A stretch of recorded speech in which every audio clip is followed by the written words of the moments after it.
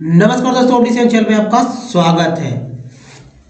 देखिए, इंग्लिश को लेकर जो है बहुत सारे वीडियो आ रहे हैं और आप बहुत ही गलती कर रहे हैं कि हमारे जो बहुत ही इम्पोर्टेंट और देखिए बहुत सारे चीज़ को जो है रोक कर कुछ कुछ खास वीडियो जो है बनाए जाते हैं। जैसा कि आपने देखा होगा ऑफ का प्रयोग। जी हाँ दोस्तों, ऑफ का प्रयोग को मैंने बताया और आपने ऑफ के प्रयोग के ऊपर वीडियोस नहीं देखा तो बहुत बड़ा गलती किया। क्योंकि देखिए होता क्या है कि छोटी छोटी बात जो है वो आपको समझ लेना है कि भाई ऑफ का यूज़ कैसे करना है। और मैंने बहुत अच्छा किया कि भाई आप लोग बहुत प्यार करेंगे, लेकिन शायद बहुत कम लोग उसको जानना चाहते हैं। तो बेसिक चीज़ तो है ही, लेकिन बेसिक चीज़ के साथ साथ दोस्तों ये बहुत ही ज़रूरी है कि आप थोड़ा थोड़ा और भी कुछ जानें। इसके लिए थोड़ा सा मैं हमेशा प्रयास करते रहता हूँ। अब यही नहीं कि सिर्फ क ख ग या कुछ ऐसे ही, कुछ हट के भी होना चाहिए और लोग ऐसा जानना चाहिए। बहुत कम वीडियोज़ है इस पर कि ऑफ का यूज़ कैसे होना है। हालांकि संबंध कारक या केस एंडिंग जो एंडिंग है उस पर बहुत सारे वीडियोज़ पहले से अवेलेबल है, लेकिन हमारे चैनल पे जो वीडियोज़ हैं उसको आना भी बहुत ज़रूरी है। इसलिए आप सभी वीडियो पे ध्यान दीजिए और जितने लोग हैं आपको अच्छा लगे या ना लगे एक लाइक ज़रूर करें, क्योंकि इससे ही हमारे वीडियो को जो है एक मिलता है, पोजीशन मिलता है कि हाँ वीडियो में क्या है। तो चलिए, अगर आपने ऑफ वाला वीडियो नहीं देखा देख लेंगे। फिर से दोस्तों आज तक की तरह, जैसे कि आज तक बोलता है कि भाई आप हमारा चैनल बेस्ट है, तो मैं आपको यही बताऊंगा कि आपको करना क्या है। जी हाँ, तो आपको अगर आप याद आ गया तो अच्छी बात है, नहीं तो फिर समझ लीजिए जो नए हैं कि प्रतिदिन अंग्रेजी का अखबार पढ़ना। अब एक अखबार ले लेने से ही आपका कुछ होगा नहीं। 10 रुपये का अखबार जो है सो आपका ज़िंदगी में कोई बहुत बड़ा आंधी तूफान नहीं लाने वाला है। तो इसलिए एक अखबार ले लीजिए, द हिंदू का ले लीजिए और उसे जब तक रखे जब तक वो उसका चटनी न बन जाए। कहने का मतलब कि जब तक उसे आप पढ़ के अच्छे तरह पढ़ें, हर एक वर्ड को पढ़ें। नहीं आएगा आप कमेंट करके पूछिए कि इस वर्ड को कैसे पढ़ते हैं, कोई और बताएंगे, मैं नहीं, कोई और कमेंट करके बताएंगे होगा। उसके बाद आप देख रहे हो कि रोज में वर्ड से रिलेटेड जो है क्वेश्चंस भी पूछ रहा हूँ कि भाई कैसे लोग जो अगर वर्ड देख रहे हैं तो क्या उसका यूज भी आ रहा है नहीं। हालांकि वहाँ आंसर भी मिल जाता है। 11:30 बजे का आसपास का जो है मेरा कम्युनिटी गाइडलाइन, कम्युनिटी वाला जो टैब होता है उसमें मैं 4 ऑप्शन के साथ आ रहा है एक आंसर, है ना, मतलब मल्टीपल ऑप्शन है, इसमें एक आंसर सही है। तो देखिए, अंग्रेजी किताब ले लीजिए, मैगजीन ले लीजिए, उपन्यास ले सकते हैं, कॉमिक बुक ले सकते हैं। एक एक पुराना बुक स्टॉल पे खरीद लीजिए ना, 200 एक कॉपी भी लीजिए, 200 रुपये काफ़ी है। ये मतलब ये जो मैगजीन किताब, चूँकि ओल्ड बुक के जो बुक स्टॉल है वहाँ भी पुराना भी महंगा ही मिल रहा है। अब देखिए, अंग्रेजी भाषा और अंग्रेजी भाषा की जो मूवी देखना है उसे OTT पे देखिए।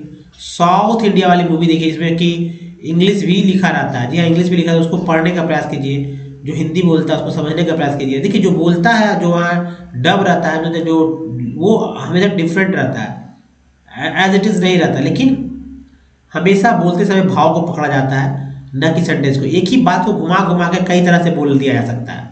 इस बात को आप भी जानते होंगे। अंग्रेजी समाचार का सुनना है हर दिन। देखिए, आजकल तो आप कोई भी न्यूज़ उठाएं, DD न्यूज़ ले लीजिए, अपना न्यूज़ है। आप इंडिया टुडे का न्यूज़ ले सकते हैं। इंग्लिश का जो है एक चैनल सब्सक्राइब कर लीजिए, उसे रोज़ देखिए। 5 मिनट टाइम तो निकालना ही होगा। अंग्रेजी पढ़ने की शुरुआत धीमी गति से करना है, स्लो पढ़ना है और प्रत्येक शब्द का उच्चारण जो है सही सही करने की कोशिश करना है। ऐसा नहीं गलत पढ़ के निकल गए, नहीं, गलत पढ़ के निकलना नहीं है।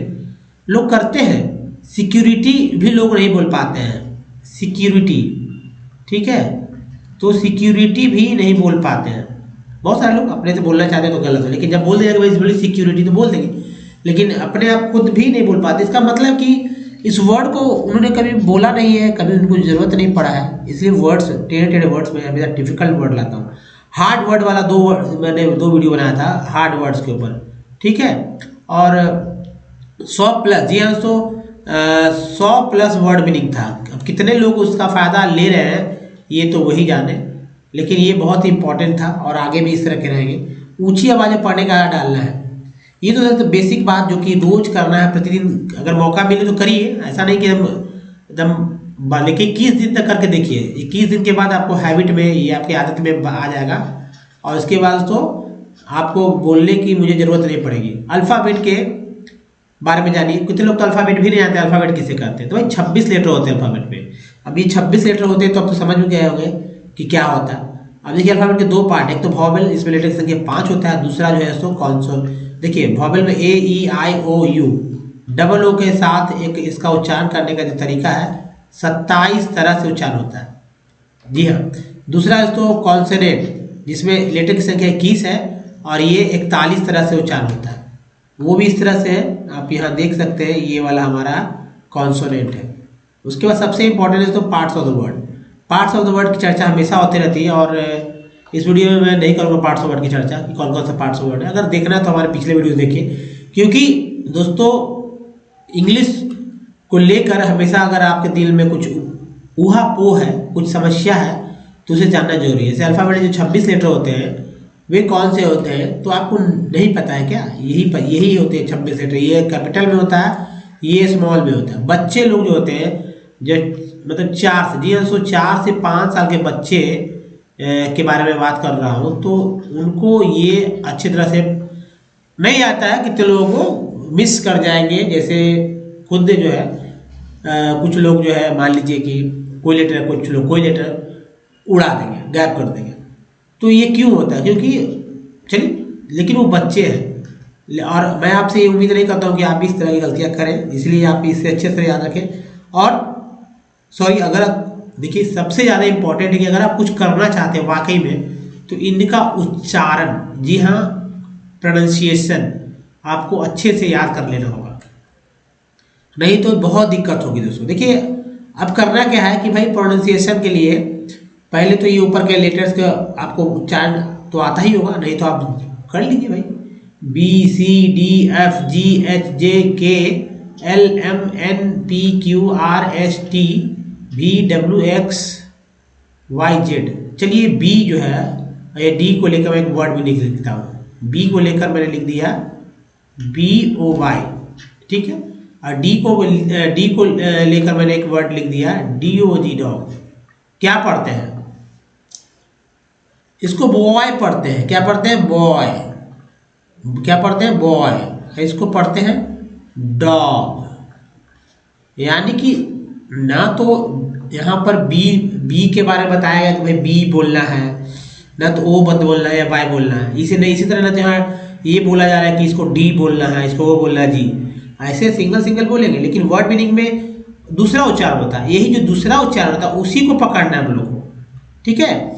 जैसे बी को ब बोलना है, सी को काशा बोलना है, डी को ड द जा, एफ को फा बोलना है, जी को गाजा बोलना है, एच को बोलना है हा, जे को जा बोलना है, के को का बोलना है, एल को ला, एम को मा, डी एन को ना, पी को बोलना है प, क्यू को का बोलना है, आर को रा बोलना है, एस को साजा बोलना है, टी को टाता तो बोलना है, च सा भी बोलना है, वी को वाभा बोलना है, डब्लू को व, एक्स को एक्स बोलना है और एक्स को एक भी बोलना है, वाई को या बोलना है, जेड को जा बोलना है। उसके अलावा तो सी आई और सी ई से स होता है। और देखिए का के लिए CH है, CK है, बहुत अच्छे देखिए। उसके बाद Q भी है, QUE भी है। तो इनको अच्छे से याद कर लीजिए। ये याद करना, अगर इंग्लिश पढ़ना सीखना चाहते हैं तो ये याद होना चाहिए। याद रहेगा तभी आपको पता चलेगा कि भाई टी से कब ट, कब च सा उच्चारण हो रहा है, नहीं तो आप कुछ नहीं जानेंगे। अब अंग्रेजी पढ़ते लिखते समय जो है वॉवेल जो है, जो कि 5 है, हमेशा आपके दिमाग में रहना चाहिए। एक्चुअली रहता है, जिनको पढ़ने कुछ भी आता है तो कुछ ना कुछ तो उनको रहता है। जैसे ए को 4 तरह से पढ़ते हैं, आ ए ऐ। ई को 5 तरह से पढ़ते हैं, आ ई ए। आई को 5 तरह से पढ़ते हैं, आ ई आई। ओ को 4 तरह से पढ़ते हैं, आ उ ओ। यू को जो है, इसको भी जो है 4 तरह से पढ़ा जाता है, आ उ यू। डबल ओ को जो है 5 तरह से पढ़ा जाता है, आ उ ओ। ये उच्चारण के करने के वैसे तरीके हैं जिसके बिना वो कुछ नहीं बनने वाले। कोई भी जी तो कोई भी वर्ड मीनिंग हो, जैसे मान लीजिए कि BO बॉय था, BO बॉय है, तो इसके पहले जो है इसका मतलब है कि पहले बी जो है ये पहले बी जो है वो कॉन्सोनेंट, दूसरा ओ जो आया वो वॉवेल, तीसरा वाई जो आया वो कॉन्सोनेंट। ऐसे यानी कि या मान लीजिए अगर आप ऐसे लिखते बी है ना, बी मान लीजिए क्या लिखना चाहते हैं, बैंडेड नहीं, कुछ और वर्ड ले लेते हैं, जैसे बाइक लिखते हैं BIKE। देखिए बाइक जो लिख रहे हैं तो बी के बाद आई है, के बाद ई है, यानी जब भी कोई वॉवेल के पहले उस कॉन्सोनेंट हो उसको अलग अलग पढ़ने का कोशिश करना है। तो के साथ ई जो है उसके साथ ई, के वाला जो ई है वो कैसे पढ़ा जाए, बाई वाला आई वो कैसे पढ़ा जाए, इसको समझना होगा। यानी C+V+C+V, तो ये दो जो चीज़ है, ये दो यहाँ जो मैंने इंडिकेट किया, उसको पढ़ने का तरीका पहले आप समझ लीजिए कि आई क्या पढ़े, ई क्या पढ़े, यानी वॉवेल कैसे पढ़े, तभी आपको पढ़ना है। लेकिन उसके पहले आपको बी का क्या उच्चारण होता है, के का क्या उच्चारण होता है, ये भी जानना है। इसके लिए मैंने आपको बोला था कि भाई आप वो कर लीजिए, ठीक है। तो अब तो ये आप समझ चुके हैं, आपको क्या करना है कि कम से कम रोज जो है दोस्तों 10 वर्ड मीनिंग, जी हाँ दोस्तों 10 वर्ड जो है अपने से कुछ पुराने जिसके बारे में आप पहले से जानते हो, उच्चारण सही से जानते तो होंगे, नहीं जानते हैं क्या, कार जानते होंगे, समझ में आया, कार कुछ बड़े ले सकते हैं 3 से 4 लीटर वाला, मोटर बाइक, कप, कुछ भी लेकर उसको अच्छे से करके देखिए कि भाई किस तरह से इसका उच्चारण हो रहा है। उसमें वो जो वॉवेल होता है, वॉवेल का उच्चारण, जैसे यहाँ ए का उच्चारण, यहाँ पर यू का उच्चारण, देखिए क्या हो रहा है, खुद में समझ में आएगा। यू को क्या पढ़ रहे हैं, कब पढ़ रहे हैं, तो यहाँ ना तो दोस्तों ना तो आकार का उच्चारण हुआ, ना उकार का उच्चारण हुआ, ना तो यू का उच्चारण हुआ, क्या उच्चारण हुआ कप में, आ का उच्चारण हुआ। इससे पता चलता है, आप वहाँ जब देखेंगे आपके पास एक चार्ट होना चाहिए, लिख कर रखना होगा मतलब पूरे वॉवेल का उच्चारण, उसके बाद उसको देखेंगे कौन कौन सा हो रहा है। पहले आज तक आपने जो वर्ड पढ़ा उसको देखेंगे, उसके बाद फिर देखेंगे कि हाँ कैसे कैसे पढ़ना है, कैसे खुद नए नए वर्ड्स पे बाद में प्रैक्टिस करेंगे, पहले पुराने वर्ड्स पे कर लेते हैं क्या आप कितना जानते थे उसको, ठीक है। ये काम बहुत जरूरी है, इसको नज़रअंदाज करेंगे तो फिर गई भैंस पानी में वाली बात हो जाएगी। तो चलिए दोस्तों वॉवेल के बारे में तो मैंने बता दिया, कुछ ऐसे ही प्रैक्टिस को यहाँ पर कर लेते हैं एक बार क्लियर। जैसे मान ली कुछ वर्ड मीनिंग है, और जैसे ए वाला मैंने यहाँ पर उदाहरण लिया है, मेडल, स्मार्ट, मेड, है ना, crap, service, seat, neat, nest, circle, pin, teen, tyre, sun, about, prove, tone, sun, put, mute, flood, ये डबल ओ को यहाँ पर मून, यहाँ पर डबल ओ को फ्लोर पढ़ रहे हैं। तो आप समझ चुके होंगे कि भाई आखिर ये सब क्यों हो रहा है, कैसे हो रहा है। इनका उच्चारण यहाँ पर लिखा हुआ है, बगल में मैंने लिख दिया है, आपको इसी तरह जो है प्रैक्टिस करना है। एक्चुअली खोज कर करना होगा आपको, यहाँ तो मैंने बता ही दिया कि किस तरह से हो रहा है। अब दोस्तों देखिए जैसे पढ़ना है किसी वर्ड को कैसे चाहिए, मैंने नहीं पढ़ने आता शुरू में तो मैं टेढ़े वर्ड्स को ले लिया। जैसे यहाँ देखिए सब्टली, है ना, सब्टल्टी क्या पढ़ेंगे, सब्टल्टी, लेटी नहीं, लेटी नहीं, सब्टल्टी यानी सूक्ष्मता, कौशल, चातुर्य, चतुराई। नेक्स्ट वर्ड मीनिंग है फ्लाइट मीन्स भगदड़, खलबली, फ्लाइट वो फ्लाइट मीन्स है यहाँ पर जो अलग वर्ड है। सॉलिट्यूड का मतलब है एकांतवास या अकेलापन को भी सॉलिट्यूड कहते हैं। अब देखिए पब्लिसिटी मीन्स होता प्रचार, विज्ञापन, अगर स्वप्रचार आता तो सेल्फ एडवर्टाइजमेंट बोलेंगे।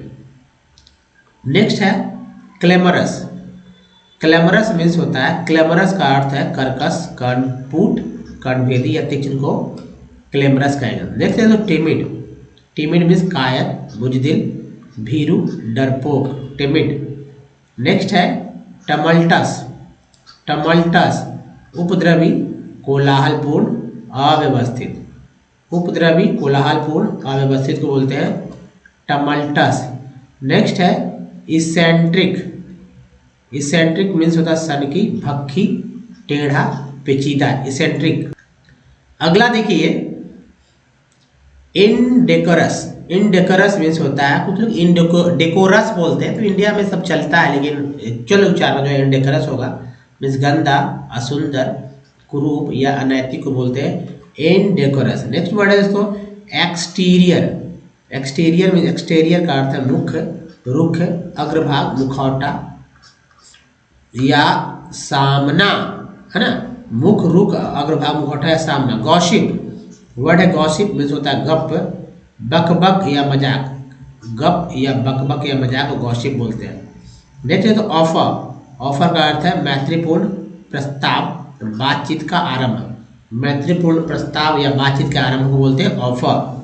तो दोस्तों ये वर्ड मीनिंग का पार्ट था, और जैसे ये 12 वर्ड मीनिंग है, ये 12 वर्ड मीनिंग को आप इस तरह से याद कर लें कि ये आप बचपन से जानते हैं। अगर इसका इस्तेमाल करें, भाई टिमिड की किसी को कह के देखिए यार तो पक्का टिमिड है यार तुम, है ना। You are timid guy, you are timid boy, you are timid girl. वो समझे ना समझे, आप समझे, आपको समझना है, उनका नहीं समझना उनकी गलती, ठीक है। और वो आपको आप बस छोटे छोटे वर्ड्स को बोल के देखिए उनके सामने, पता चलेगा कि कितना आप कैलिबर आप में आ गया है, वो खुद समझ में आएगा। चलिए ये टेक्स्ट जो है, इस टेक्स्ट को पढ़ने का प्रयास कीजिएगा वीडियो को पॉज करके। दोस्तों अगर आपने पढ़ लिया है तो मैं पढ़ दूं आपके लिए कि भाई कैसे पढ़ते हैं इसे। नहीं पढ़ने आता है घबराइए नहीं, डरिए नहीं, एक एक वर्ड भी आपने नहीं पढ़ा, नहीं पढ़ा तो फिर से पढ़ लीजिए, क्योंकि कुछ वर्ड्स आप पढ़ पाएंगे, कुछ नहीं पढ़ पाएंगे, तब भी मैं आपको बताऊंगा कैसे पढ़ना है। थोड़ा पेशेंस रखिए, 1-2 मिनट में सब क्लियर हो जाए। जैसे देखिए ओ को आ पढ़ते हैं, ओ को आ पढ़ते हैं, तभी तो सम होता है, ई लास्ट वाला पढ़ा ही नहीं आता। तो सम ऑफ दीज, इसको जब बोलते हैं दीज एनिमल, एयर कॉल बोलते हैं, एम का मल, एनिमल आर टाइगर, लायन, कुछ लोग लॉयन बोलते हैं, लॉयन, लो की क्यों, लो क्यों, लायन पढ़ेंगे, क्या पढ़ेंगे, ला य न, लायन। टाइगर, ई आर को आर पढ़ते हैं, जी लगा गर हो गया, टाइगर, लायन। देखिए एलिफेंट, ए एन टी को एंट बोलते हैं, पी एच के साथ पी एच को फ बोलते हैं, फ, एलिफेंट। डियर, सी के को का बोलते हैं, है ना। तो यहाँ भी का हो गया, यहाँ भी का हो गया। तो ब्लैक, यहाँ यू को आ बोलते हैं, तो बक। Crocodile, crocodile. राइनोसेरस, देखिए क्रोकोडाइल होता है, एलिगेटर होता है, दोनों अलग अलग होता है। जो क्रोकोडाइल का मुंह जो चौड़ा होता है, एलिगेटर का मुंह लंबा पतला होता है, तो डिफरेंस होता है। राइनोसेरस।